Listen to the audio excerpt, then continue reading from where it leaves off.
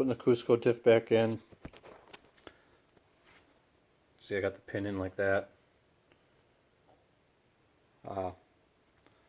Torque these down, 54 foot-pounds. It's all back in. I took a wire wheel, wire wheeled that, wire wheeled this. Clean it off with some brake clean. Just put some new RTV on, which I used the Toyota sealant for transmission stuff, which is why it's orange. Now I'm just going to put it back on and torque that here 1 second. And yeah, I torqued these to 34. I think I said 54 before for in here, but it's 58 for the caps. That's all torqued down.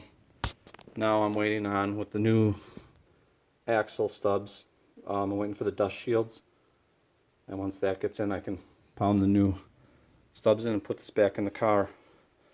Maybe I'll give it a wash. I'll let that set up overnight. And you can see it's dirty. I'll just give it a rinse. And this thing's ready to go back in the car.